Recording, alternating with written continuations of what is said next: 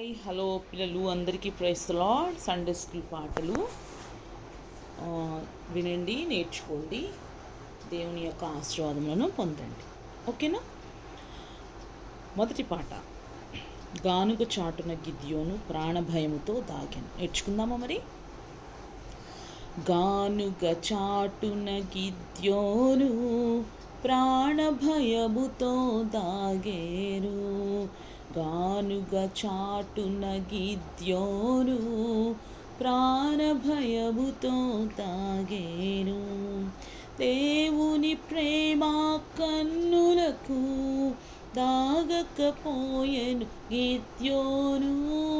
దేవుని ప్రేమ కన్నులకు దాగకపోయెను గిద్యోను.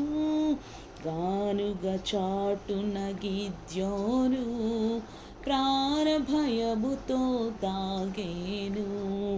గానుగ చాటున గిద్యోను ప్రాణభయముతో దాగేను. దేవుని ఉన్నత పిలుపునకు లోబడనెంచెరు గిద్యోను.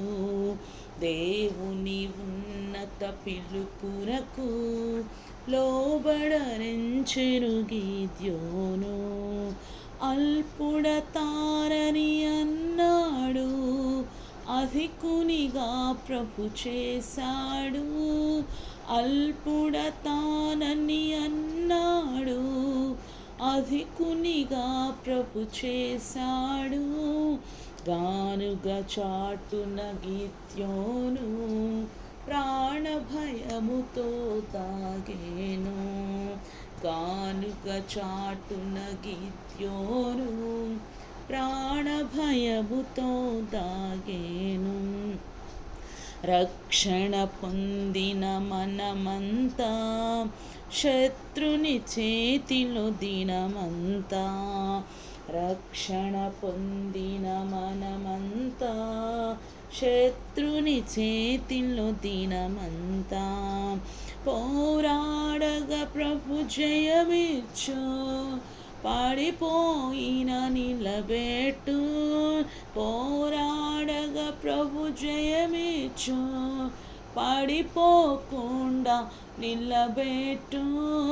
గానుగ చాటున గిద్యోను ప్రాణభయముతో దాగేను. దేవుని ప్రేమ కన్నులకు దాగకపోయెను గిద్యోను. దేవుని ప్రేమ కన్నులకు దాగకపోయెను గిద్యోను. గానుగ చాటున గిద్యోను ప్రాణభయముతో దాగేను. గానుగ చాటున గిద్యోను ప్రాణభయముతో దాగేను. ఓకే పిల్లలు, విన్నారు కదా? గానుగ చాటున ఉన్నటువంటి గిద్యోను ప్రాణభయంతో దాగాడనమాట. ఓకేనా? సరే, ఎంతమంది తెలుసు గిద్యోను స్టోరీ? ఓకేనా? గిద్యోను మనకి బైబిల్లో ఎక్కడ కనిపిస్తారు తెలుసా? గిద్యోను యొక్క సైన్యం గురించి తెలిసినా మీకు? ఓకే, గిద్యోను మనష్షే గోత్రంలో ఉండేటువంటి వాడు, మనకి బాగా తెలుసు. గిద్యోను గురించి 300 మంది సైనికులు గిద్యోను సైన్యం అన్నమాట. బైబిల్ కథ మనము వింటా ఉన్నాం కదా. ఇక్కడ ఏం జరుగుతుందో చూస్తున్నారా? వాళ్ళంతా ఇశ్రాయేలు యుద్ధ యోధులు అన్నమాట. ఓకేనా? కిందకు వంగిన పురుషులేమో నీళ్లు తాగేవారు. బైబిల్లో చెప్పినట్లు వాళ్ళ దగ్గర నిలబడి ఉన్నటువంటి ఒక వ్యక్తి ఉన్నాడు. ఆయన ఎవరా అని చూస్తే న్యాయాధిపతి అయిన గిద్యోను అన్నమాట. కాబట్టి ఆయన వాళ్ళు నీళ్లు ఎలా తాగుతున్నారు అని గమనిస్తూ ఉన్నాడనమాట. 300 మందిని ఇశ్రాయేల్లో యుద్ధ యోధులుగా ఆయన సెలెక్ట్ చేస్తాడనమాట. ఆ పురుషులు వేరు పద్ధతుల్లో నీళ్లు తాగుతూ ఉన్నారు, గమనిస్తూ ఉన్నాడు. కొంతమంది తమ ముఖాలను నీళ్ళ వరకు పెట్టుకున్నారు, కానీ ఒక వ్యక్తి మాత్రం తన చుట్టూ జరిగే వాటిని గమనించడానికి వీలుగా నీళ్ళని చేతిలోకి తీసుకొని త్రాగుతూ ఉన్నాడనమాట. అలా చేయడము ఎందుకంటే నీళ్లు త్రాగేటప్పుడు తమ చుట్టూ జరుగుతున్న వాటిని గమనించే మనుషులను లేదా పురుషులను మాత్రమే ఎన్నుకోమని దేవుడు యెహోవా గిద్యోనికి చెప్తాడు అనమాట. అంటే మిగతా వాళ్ళను ఇంటికి పంపించమని దేవుడు చెప్తాడు. ఎందుకో తెలుసా? ఇశ్రాయేలీలు మళ్ళీ చాలా కష్టాల్లో చిక్కున్నారు. దానికి కారణము వాళ్ళు యెహోవాకు విధేయత చూపించకపోవడమే అన్నమాట. మిద్యానీయులు ఏం చేస్తూ ఉన్నారు? వాళ్ళపై ఆధిపత్యం సంపాదించుకొని వాళ్ళని బాధించడం ప్రారంభించారు. కాబట్టి తమకు సహాయం చేయమని మళ్ళీ ఇశ్రాయేలు ఏం చేస్తూ ఉన్నారు? యెహోవాకు మొరపెట్టుకున్నారు. ఐగుప్తు దాస్యం నుండి, బానిసత్వం నుండి దేవుడు విడిపించాడు. వాళ్ళని చక్కగా ఫ్రీడమ్ ఇచ్చాడు, స్వాతంత్ర్యాన్ని ఇచ్చారు, స్వేచ్ఛనిచ్చాడు, భద్రతనిచ్చారు. ఇవన్నిటిని కూడా మర్చిపోయి ఏం చేస్తూ ఉన్నారు? వాళ్ళు విధేయత చూపించకుండా దేవునికి ఎదురు తిరుగుతూ ఉన్నారనమాట. యెహోవా గిద్యోనుతో చెప్తాడనమాట. యెహోవా మరి ఇజ్రాయేళ్ళు మళ్ళీ అయ్యా నువ్వు లేకపోతే మేము ఏమైపోతామయ్యా, కాబట్టి మాకు సహాయం చేయ్యా అని ఇజ్రాయేల్ యెహోవాకు మొరపెడతా ఉన్నది. ఎవరు తరముతా ఉన్నారు వీళ్ళని? మిద్యానీయులు. తరమడము అంటే ఆధిపత్యం అనమాట. మేము ఎక్కువ, మా కింద మీరు బానిసలుగా ఉండాలా, మేము మా కింద మీరు స్లేవరీస్గా ఉండాలా, వెట్టి పనులు చేయాలా, ఇది అది అని చెప్పి ఇష్టం వచ్చినట్టు ఆధిపత్యం సంపాదించుకొని వాళ్ళని బాధించడం ప్రారంభించారనమాట. కాబట్టి యెహోవాకు మళ్ళీ ఇశ్రాయేలు ఏం చేస్తారు? మొరపెట్టుకుంటారు. యెహోవా వాళ్ళ మొర వింటారు. మన దేవుడు గొప్ప దేవుడు, అర్థమవుతుందా?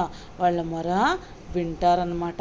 విని వెంటనే ఏం చేస్తారు? యెహోవా గిద్యోనుతో సైన్యాన్ని సమకూర్చమని చెప్తారనమాట. సైన్యాన్ని సమకూర్చమని చెప్పినప్పుడు గిద్యోను 32,000 మంది యోధులను సమకూర్చుతాడు. 32,000 మంది యోధులను ఏం చేస్తాడు? సమకూరుస్తాడనమాట. అయితే ఇశ్రాయేలుకు వ్యతిరేకంగా ఉన్నటువంటి సైన్యంలో 1,35,000 మంది పురుషులు ఉంటారు. ఇజ్రాయేలులకు వ్యతిరేకంగా ఉన్న వాళ్ళలో ఎంతమంది ఉంటారు? 1,35,000 మంది ఉంటారు. మరి ఆపోజిట్ పర్సన్స్ 1,30,000 అంటే 1,35,000 ఎక్కడ? 32,000 ఎక్కడ? అయినా యెహోవా చెప్తాడు, యేసయ్య చెప్తారు, యెహోవా చెప్తారు గిద్యోనుతో, నీకు చాలామంది పురుషులు ఉన్నారు అని అంటారు. యెహోవా అలా ఎందుకన్నారు? తక్కువ మందే కదా, ఇక్కడేమో ఎక్కువ మంది ఉన్నారు, అక్కడేమో తక్కువ మంది ఉన్నారు. అయినా దేవుడు గిద్యోనుతో ఏం చెప్తాడు? నీకు చాలామంది పురుషులు ఉన్నారు అని అంటారు. ఎందుకంటే ఒకవేళ ఇశ్రాయేలీయులు యుద్ధాన్ని జయిస్తే వాళ్ళు తమకై తామే జయించామని అనుకుంటారు. అవునా కాదా? ఓకేనా? అనుకుంటారు. కాబట్టి యుద్ధాన్ని జయించామని అనుకుంటారు. కాబట్టి యుద్ధంలో జయించడానికి ఎవరు కావాలి? యెహోవా సహాయం అవసరం లేదని వాళ్ళు అనుకుంటారు. కాబట్టి యెహోవా గిద్యోనుతో యుద్ధం చేయడానికి భయపడే వాళ్ళందరినీ ఇళ్ళకు వెళ్ళమని చెప్పు అని చెప్తారు. అర్థమవుతుందా? అమ్మో యుద్ధమా, అయ్యో యుద్ధమా అని చెప్పేసి అనే వాళ్ళందరినీ వెళ్ళమని చెప్పేసేయి అని చెప్తారు. గిద్యోను అలా చెప్పినప్పుడు 22,000 మంది వెళ్ళిపోతారు. ఎంతమంది వెళ్ళిపోతారు? 22,000 మంది. ఎంతమంది ఉంటారు? ఆయన దగ్గర 1,35,000 మందితో పోరాడడానికి కేవలము 32,000లో నుంచి 22,000 తీసేస్తే 32,000 నుంచి 22,000 తీసేస్తే ఎంతమంది మిగులుతారు? 10,000 మంది ఉంటారు. 1,35,000 మంది వాళ్ళైతే పోరాడేది, మనోళ్ళు ఎంతమంది? 10,000 మంది. అందరూ భయపడి వెళ్ళిపోతారు. అయితే యెహోవా మళ్ళీ గిద్యోనుతో, నీ దగ్గర ఇంకా ఎక్కువ మందే ఉన్నారు అంటాడు. గిద్యోనికి ఏమీ అర్థం కాదు. అయినా దేవుడు చెప్తున్నాడు కదా, ఖచ్చితంగా మనం మాట వినాలా. కాబట్టి వాళ్ళందరినీ నీళ్లు త్రాగడానికి వాగు దగ్గరికి తీసుకొని వెళ్ళి నీళ్ల వరకు ముఖం పెట్టే త్రాగే వారిని ఇంటికి పంపించు. నీళ్లు తాగడానికి వాగు దగ్గర తీసుకొని పో. ఓకేనా? నీళ్ళ దగ్గరికి తీసుకొని పోయి వాగు దగ్గర తీసుకుపోయి ఏం చేస్తావు? ఎవరైతే నీళ్ళు ముఖం వరకు తాగుతూ ఉన్నారో నీళ్ళు, వాళ్ళని ఏం చేస్తావు? ఇంటికి పంపించేసేయి. అర్థమవుతుందా? యెహోవా గిద్యోనుకు చెప్తాడు, నీళ్లు త్రాగుతున్నప్పుడు తమ చుట్టూ జరుగుతున్న వాటిని గమనించేటువంటి 300 మంది పురుషులతోనే నేను నీకు విజయాన్ని కలిగజేస్తా. అర్థమవుతుందా? ఓకేనా? నీళ్లు తాగడానికి వాగు దగ్గర తీసుకెళ్తే నీళ్లు తాగడానికి ముఖం పెట్టి తాగే వాళ్ళని ఇంటికి పంపించేసేయి. నీళ్లు తాగుతూ కూడా తమ చుట్టూ జరుగుతున్న వాటిని గమనించేటువంటి వారిని మాత్రమే నేను నీకు ఇస్తా.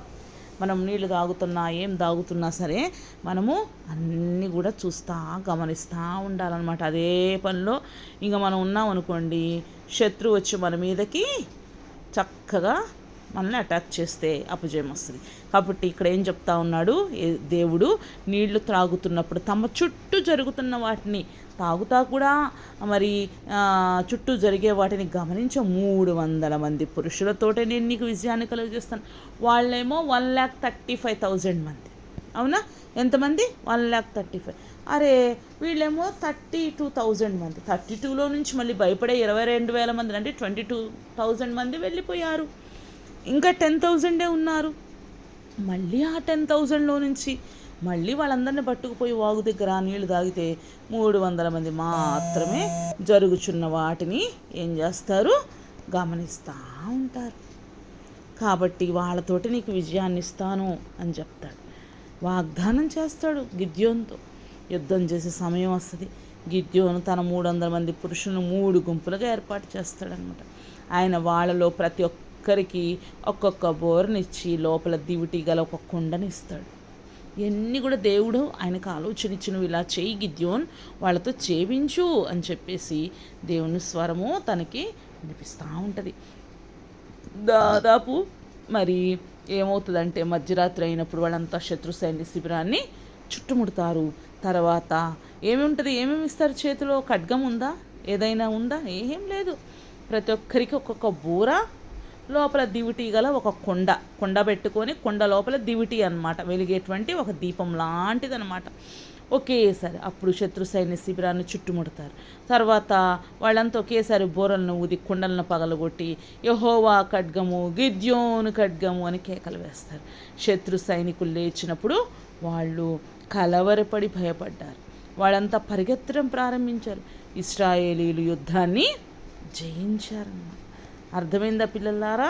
దేవుడు చెప్పినట్లు గిద్యోను విన్నాడు. కానీ గిద్యోను దేవుడి కంటే ముందు, అంటే చెప్పడానికంటే ముందు ఏమనుకుంటాడు గిద్యోను? అమ్మో అని దాక్కుంటాడు. దాక్కున్న గిద్యోన్ని దేవుడు ఏం చేస్తాడు? పట్టుకొస్తాడు. గిద్యోను ఒక పేద కుటుంబానికి చెందిన వ్యక్తి అనమాట. ఇజ్రాయెల్ని విడిపించడానికి అతడిని పిలవమని ప్రభు ఒక దేవదూతను పంపిస్తారు. ప్రభు తను ఎందుకు ఎంచుకున్నాడు అని గిద్యోను ఆశ్చర్యపోతాడు. అయ్యో నేను పేదోడిని కదా, మరి నేను ఇజ్రాయెల్ని విడిపించడం ఏంటి అనుకుంటాడు. కానీ ఇజ్రాయెల్ అబద్ధ దేవతలను పూజించే ప్రదేశాలను నాశనం చేయి గిద్యోనుతో ప్రభు చెప్తారంట. గిద్యోను దాన్ని గైకొన్నప్పుడు ప్రజలు కోప్పడతారు. నువ్వు ఎవరవయ్యా, మా ఇష్టం వచ్చినప్పుడు మేము చేస్తూ ఉంటాం, నువ్వెవరవే అంటాడు. అప్పుడు ఇజ్రాయెల్ గిద్యోను చంపాలనుకుంటారు. అయితే అతనికి హాని కలిగించవద్దని గిద్యోను తండ్రి వాళ్ళని ఒప్పిస్తాడనమాట. గిద్యోను సురక్షితంగా ఉంచబడతాడు. కానీ తాను ఇశ్రాయేలుని విడిపించగలడని గిద్యోను అనుకోలేదు. కానీ మిద్యానీయుల సైన్యంలో 135,000 మంది కంటే ఎక్కువ సైనికులు ఉన్నారు. కానీ ప్రభు గిద్యోనికి ఏమిస్తారు? జ్ఞానము, శక్తిని ఇస్తారు. దేవుణ్ణి మనం అడగాల. న్యాయాధిపతులు 6:13 నుంచి చూస్తే ఉంటుంది, 8వ అధ్యాయంలో ఉంటుంది.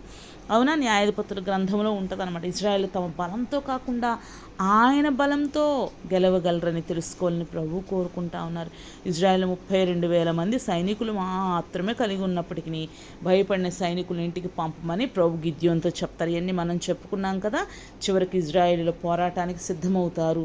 మరి మిద్యానీయుల్ని ఎలా ఓడించాలో ప్రభు గిద్యోనుకు చూపిస్తారు. వారిని భయపడటానికి బోరలు, దివిటీలు ఉపయోగించమని చెప్తారు.